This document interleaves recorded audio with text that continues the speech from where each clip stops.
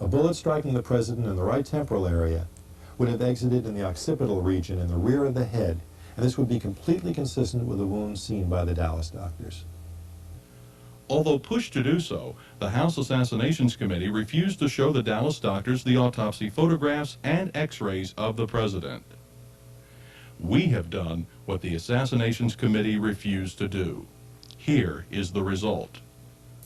Which would you say was the more accurate of what you saw the day of the assassination? Well, I think this is the more accurate, with a large shattering injury in the right side and the right back part of the head. And I was probably, I would estimate, no more than some 18 to 24 inches above the back part of the president's head during the entire time that the efforts were being made to put the tracheostomy tube in place. So I think I probably got a closer look at the wound than anybody else did in the room. And I was simply standing there with nothing to do but hold the retractor, so I was not preoccupied with anything else, but simply was looking directly down in the wound for a long period of time. I'd say probably 10 to 15 minutes at least. So I think I got a very vivid impression of what the wound looked like.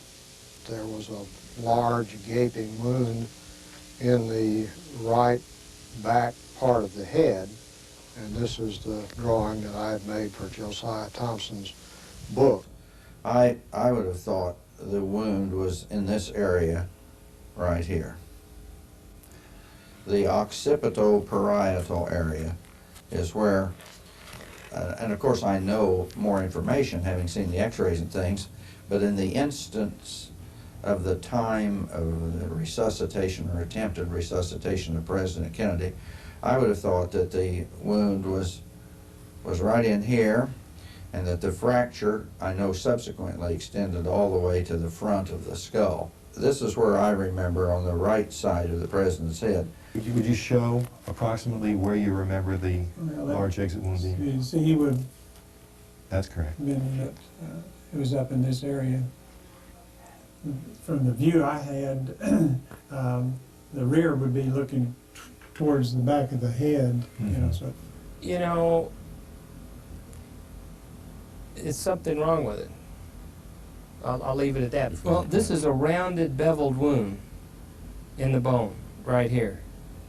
But then here's another rounded wound here, right beside it. Here's a rounded wound. There's a rounded wound. Right. And I can tell you that two rounded wounds besides one another, I mean, this thing has been, something's, you know, has happened to this. This wound is not correct. This isn't right. That is not right. No. What? See, this has been doctored right here. This is laying open. See, the way you have him here, the way they've got him here is skin flaps have been cut or altered or pushed up or changed, and this isn't the way he looked. He looked here where this was wide open with brain open here. This is scalp that's pushed back and it's all distorted. Something's been done right here. And the way he was on the emergency room table is this is open. And this whole area is an open wound.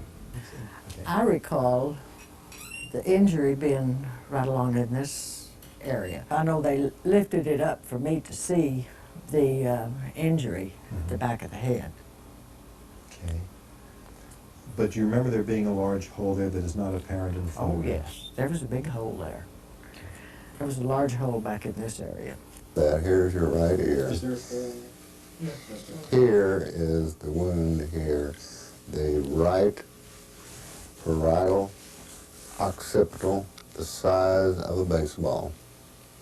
And they have told me that this was an entrance wound here. We did not, no physician or medical personnel at Parkland saw a wound like this in this so-called hairline. But as you can see, this whole area is completely intact. And that's not the way it was at Parkland. There was a hole there and a void and a cavity. Had no tissue over it. It was a hole and cavity. Brain substance was coming out. onto the table there at Parkland, and at the bottom of this I could see the cerebellum. Okay. Now this is, of course, the picture that Dr. McClellan drew Right. of the back of the head. Right. And comparing the two, if you had to choose between the photograph and the diagram, which would you say is more accurate? Oh, the diagram. Absolutely. Diagram completely. Okay. Now, based on what you and other doctors have said, I've had a computer-generated version of the photograph done, and it shows pretty much what was described. Would you say that this is particularly accurate to Yeah. what you saw? Definitely. That's- Here is the wound here. It was avulsed out. The tissue was coming. The entrance wound had come in here, and all of this area was completely knocked out. The whole bone was gone. The scalp was gone. The brain tissue had been macerated and lacerated. It was almost like a gel coming out onto the table, and you could see the cerebellum there. And this most explicitly looks like the hole that was present when we saw it at Parkland. This is frame number 312 of the Zapruder film. It shows the president's head less than 1/18 of a second before the impact of the fatal bullet. When compared to frame number 335, after the bullet's impact, we see the damage to the president's head, including the volcano-shaped exit wound in the rear. Notice how much of the head is gone. Fully 1/3 of the president's head was blown away at the moment of impact. In the autopsy photograph, we see a bone protruding over the president's right ear. When we overlay the photograph on the X-ray, we see that the bone matches exactly, but now there's a massive area missing in the right forehead, to the right and the front of the temple. When overlaid, it is apparent that the photograph and X-ray show two separate sets of wounds. The head is intact from the right temple to the front of the forehead in the photograph, but that same area is missing in the X-rays. When dealing with the autopsy photographs of President Kennedy's head, the House Assassinations Committee elected to suppress the photographs and relied instead upon the artwork of their own medical illustrator, Ida Dox. This is the Assassination Committee's artwork. There is a small but major difference. The difference is that there is now an entrance wound in the cowlick area in the top rear of the president's head, which is not present in the actual photograph. At the location where there was originally a small spot of dried blood in the rear of the head, an entrance wound has been drawn in and now replaces the spot. The effect of the phony entrance wound in the rear of the head is devastating to the investigation. It has been added to make the head appear as if a bullet had struck from behind and exited from the front. However, a bullet entering the rear of the head on a right-to-left trajectory would have exited somewhere on the left side of the president's face. The autopsy photographs showing that area show absolutely no damage whatsoever. There was no exit wound anywhere on the front of the president's face. No bullet struck the president in the rear of the head from the book depository. The autopsy photograph of the president's head clearly shows that the forehead and the area in front of the right ear are intact. On the X-ray, however, the entire front of the face above the eye, between the ear and the midline of the forehead, is gone. The angles here are slightly different, but are close enough where you can see that there are two totally different sets of wounds. Based on the image shown in the X-ray, the entire area over the right eye should be gone in the photograph. Neither the X-rays nor the photographs match what the Dallas doctors saw. What's even more startling is they don't even match each other. When we showed the autopsy photographs to the Dallas doctors and other witnesses who saw the body, every single one of them said that the area within this circle was gone, blasted away. There was nothing left. The autopsy photographs presented by the government show the rear of the head to be totally intact. This cannot be. The defenders of the Warren Commission dare to tell us that every single one of the doctors and all of the other witnesses who described the exit wound in the rear of the head are simply wrong. The doctors and the other witnesses were there. The Warren Commission defenders were not. The arrogance with which the Warren Commission defenders present their case in light of the overwhelming evidence of autopsy photograph forgery is intolerable and dishonest. This is what the rear of the president's head actually looked like in both Dallas and at the autopsy. This is a computer-generated photograph based on the statements made by the doctors. Every one of them has told us that this photograph resembles the actual condition of the president's head, and the official government autopsy photographs do not. Present at Bethesda Naval Hospital, FBI agent Frank O'Neill observed the entire autopsy. A massive wound in the right rear. Now, I'm not going to use medical terms because I'm not familiar with them. But from a layman's point of view, it was from the right rear. It was not in the front. It was not on the eyes. In addition to the Dallas doctors and the Bethesda medical personnel, witnesses from Dealey Plaza also were aware of the massive exit wound in the rear of the president's head. As he passed, and I'm panning, taking a movie film of him. Just as he gets past me, there's a sound that goes ba-boom, and he goes back against the seat, and the whole back of his head comes off. Looks like somebody threw a bucket of blood out the back of the car. And what part of his head was damaged that you saw? Well, I couldn't pinpoint an exact. Probably it looked like that the whole back of his head, like right in this area right here, just went flying out the back of the car. Where do you think the shots came from that day?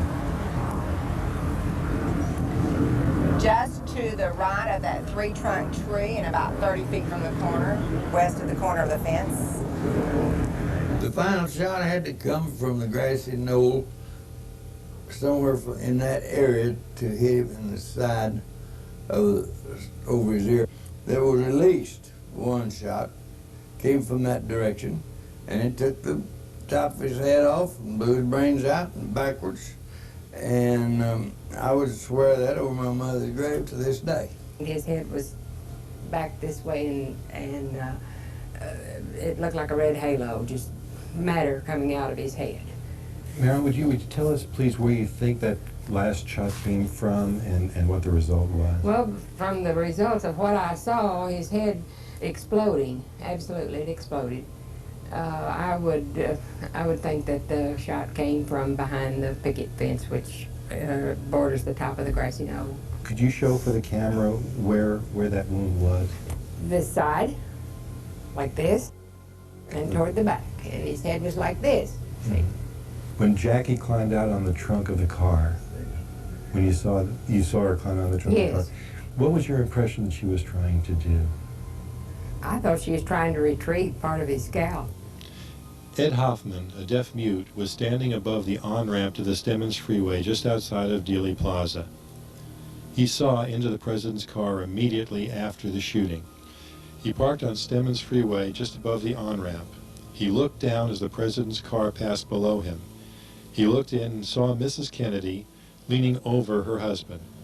He was down and lying forward with his head in her lap. The rear of his head was gone, blasted outward. Mrs. Kennedy was shaking him, trying to see if he was all right.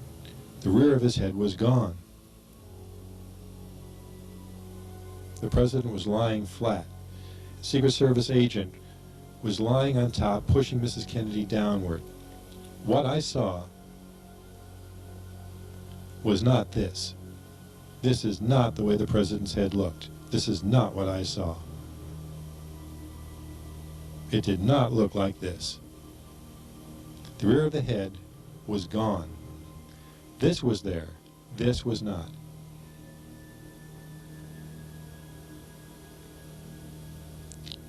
This is what I saw. This is the way the president's head looked. It was gone and blasted outward. This was there. The rear of the head was gone and it was shaking like red jello. I looked down and I was horrified. The president was just lying there shaking with the rear of his head gone. The car took off like a flash. I was horrified. Behind me in the plaza there was chaos. Everyone was running every which way. Nobody knew what was going on. They were running all over the place. This is not the way the president's head looked. This is.